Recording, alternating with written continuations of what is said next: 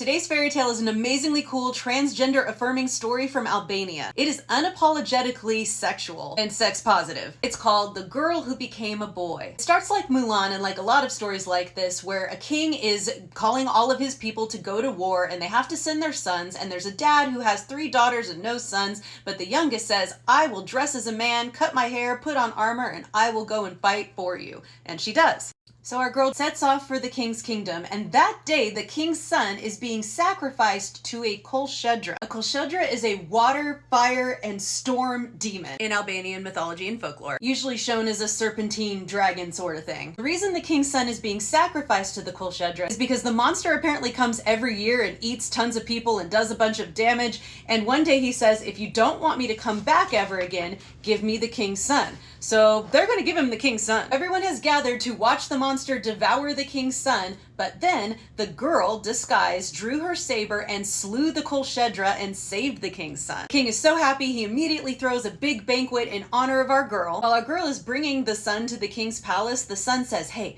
my father's going to offer you a kingdom, but ask only for his horse because it's amazing. It can think and talk like us." Our girl comes before the king and he says, "What kingdom would you like as a reward?" And our girl says, "Actually, my only wish is not to go to war." Same girl. The king says, "I will gladly free you from military service, but which kingdom do you want?"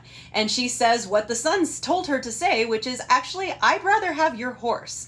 But the king is so mad and says, "No, you cannot have my horse." Our girl goes to leave, but then the son follows her, and when people ask why, he says, "I'm going away with my new father. He saved my life, so he's like a father to me. If my real father cared more for his horse than for me, then it's better for me to go with someone else." And this passive-aggressive sass totally works because when the king hears this, he changes his mind and gives the horse to our girl. So she mounts the horse, rides off to another kingdom. So our girl and the horse arrive at this new kingdom, and there's a big moat around the castle and everyone's looking at it. So our girl asks the horse, "Hey, what's going on?" The horse says that moat's there because the king wants to marry his daughter to someone, and he has decreed that only the person who can jump over the moat with his horse and catch an apple at the same time can have the king's daughter. And apparently that's something that our girl wants because the horse then gives her advice on how to do it, and together with the amazing talking horse, they jump over the moat and she catches the apple and she wins the princess. So our girl marries the princess, but as is custom, it says, the next morning the new wife was asked how she spent the night, and she just said, "Nothing happened." The second and third nights are the same, and she's just saying, "He's not touching me, we're not sleeping together." The people at court decided they would have to kill the young man, but yet also felt sorry for him. Like, he's not fulfilling his marital duty. But poor guy. One of them is like, "Okay, well, let's just send him to the forest where there's another Kolshedra and then it'll kill him and that'll solve our problem."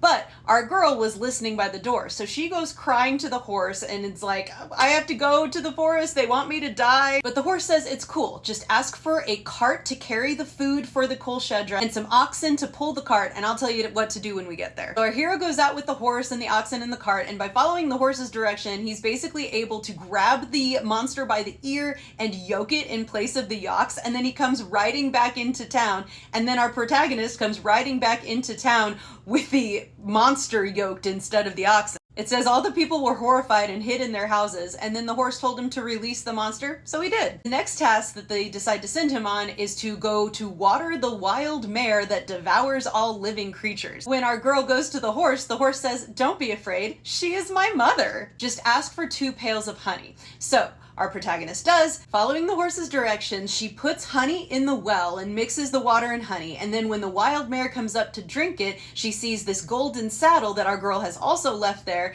and says, "Oh, what a beautiful saddle. I wish some human were here so he could sit on me and play with me." Our protagonist, who's in the tree, says, "I am here, but I'm scared that you'll eat me. Swear by the head of Dermashil the horse that you won't."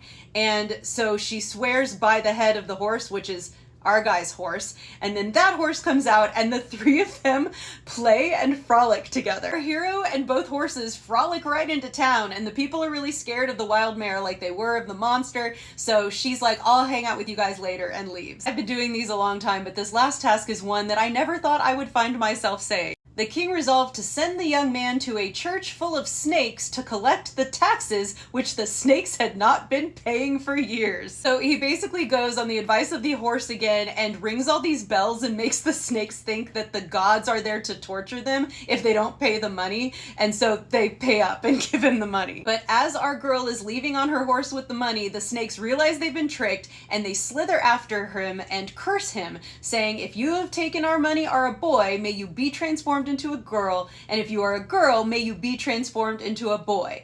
And the girl suddenly realized she had been turned into a boy. But it is not a curse for her. She is super overjoyed that this has happened. And the ending is the absolute best. It says she goes home, and when the bride and groom rose in the morning, the young woman, on being asked how she had spent the night, replied, "You don't need to ask any more questions. I spent a wonderful night." And that's how the story ends, with our protagonist happy with his gender change and his wife very happy with her new husband. As always, check out my book, Dust Spells, a reimagining of the 12 Dancing Princesses, a Brothers Grimm fairy tale, and my podcast, Folktales and Fairy Lore. All the links are in the bio.